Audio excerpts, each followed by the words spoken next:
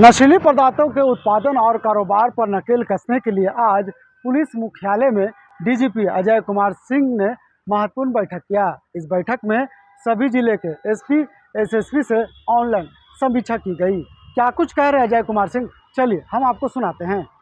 चूँकि विभिन्न मीडिया में भी और इन्फॉर्मेशन भी मिल रही थी कि इस तरीके के एनडीपीएस ड्रग्स और इस तरीके की चीज़ों का कुछ क्षेत्रों में अधिक अवेलेबिलिटी हो गई है, मिलने लगी हैं। तो इसी के लेकर के हम लोग, वैसे तो क्षेत्र में काम चल ही रहा था, लेकिन आज एक विधिवत हम लोगों ने जितने भी ड्रग्स रिलेटेड मामले हैं, एनडीपीएस ओपीएम से रिलेटेड मामले हैं, वैसे चूँकि हमारा जो डिपार्टमेंट इसको कोऑर्डिनेट करने वाला वो सीआईडी है, तो उन्हीं लोगों ने इसको कोऑर्डिनेट किया था और सभी जिलों के एसपीज, सभी जिलों और सभी रेंज डीआईजी, सभी जोनल आईजी के साथ ये रिव्यू मीटिंग, समीक्षा बैठक की गई थी। इसमें हम लोगों ने सीआईडी के थ्रू 20 पॉइंट्स दिए गए थे, जिसके ऊपर डिस्कशन हुआ। उसमें कहाँ से ओरिजिन होता है, क्या अब तक कार्रवाई हुई है, कितने इसके अंदर जो अपराध कर्मी हैं, ड्रग पेडलिस्ट हैं, कौन से गैंग्स हैं, उन सब के बारे में बातचीत हुई और काफ़ी उसके अंदर आगे स्टेप्स क्या लिए जाने उसके बारे में भी निर्णय लिए गए हैं।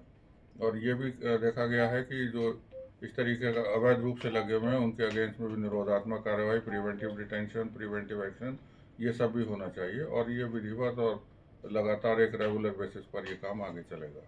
क्या सर रैकेट निकल कर आया या फिर इतने सारे ड्रग्स आ कहाँ से रहे? मीटिंग में कुछ निकल के आया? नहीं, ड्रग्स के अलग अलग जगह से हैं, कुछ का बॉर्डरिंग स्टेट से भी कुछ डिटेक्शन हुए थे, वहाँ से गिरफ्तारियाँ भी हुई हैं और बाकी जो लोकल लेवल पर जैसे रांची या दूसरे ज़िले हैं वहाँ पर भी इस तरीके का काम करने वाले लोग वो आइडेंटिफाई भी हुए, उनके नाम और उनका विधिवत पता वगैरह भी सब जानकारी इकट्ठा हो गई है। सर, नारकोटिक्स थाना बनना था उसमें कुछ जिलों में, उसकी क्या स्थिति है, इसके लिए कुछ चर्चा सर? उसमें कुछ जिलों से प्रस्ताव अभी आए हैं और बाकी और जिलों से जैसे हजारीबाग वगैरह से प्रस्ताव आने बाकी है। तो हम लोगों ने उसको कहा है कि सभी जहाँ जहाँ से मांगे गए थे उसको विधिवत तरीके से अपना प्रपोजल भेज दें और वो शीघ्र ही जल्दी उसको भेज देंगे। सर, अगर सीधे शब्दों में कहा जाए तो क्या निर्देश दिया गया है सभी एसपी को कि हर हाल में कैसे इसे रोकना है ताकि जो युवा पीढ़ी है जो खोखला हो रही है उसे बचाया जा सके? नहीं, वो जैसे हमने पहले कहा कि सभी को कितने केसेस वहाँ पर दर्ज हुए हैं, जिसमें मेन अभी जैसे जानते हैं चतरा है, खूंटी है और रांची है, जहाँ पर ये इस तरीके की उगाने का और उसका प्रोक्योरमेंट का और उपलब्धता सबसे ज़्यादा रहती है।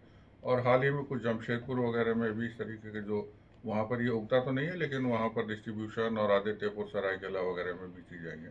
तो जितने केसेस होते हैं या पास में हुए उसके आधार पर उन लोगों को कहा गया है कि इनके केसेस का डिस्पोजल करें और जो भी उसमें सम्मिलित लोग हैं उनके खिलाफ जो कानूनी कार्रवाई बनती है उसको तेजी से, सख्ती से करें। सर, एक सवाल है, हिट एंड रन का बहुत मामला आ रहा है और ड्रंक एंड ड्राइव का भी मामला आ रहा है। कल रात को मोराबादी में चढ़ा दिया, एक की मौत हो गई एक ऑफिसर की, तो उसके लिए क्या कुछ निर्देश होगा?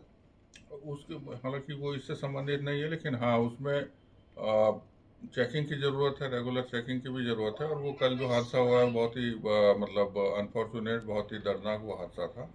और ड्रंक एंड ड्राइविंग के बारे में टाइम टू टाइम हमारी ट्रैफिक पुलिस जो है वो यहाँ पर कार्रवाई करती भी रहती है। उसमें जो फाइन्स वगैरह हैं, जो भी उसमें तरीके हैं वो सब अपनाए जाते हैं और उसमें कार्रवाई की जाती है। इस तरीके की और चीज़ें ना हो तो उसको और सघन रूप से चलाएंगे।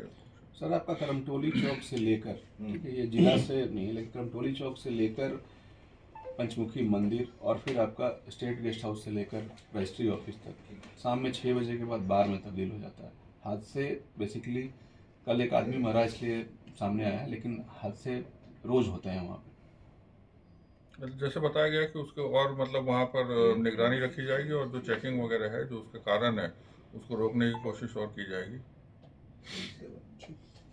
गौरतलब है कि राज्य के विभिन्न जिलों के 24 थानों में नशे, ब्राउन शुगर, अफीम और गांजा सहित डोंडा या दूसरे पादक पदार्थों के कारोबार पर नकेल कसने के लिए कई दिशा निर्देश दिए हैं। अपने सहयोगी रिजवान के साथ मैं नौशाद, कोलांचल संवाद, रांची।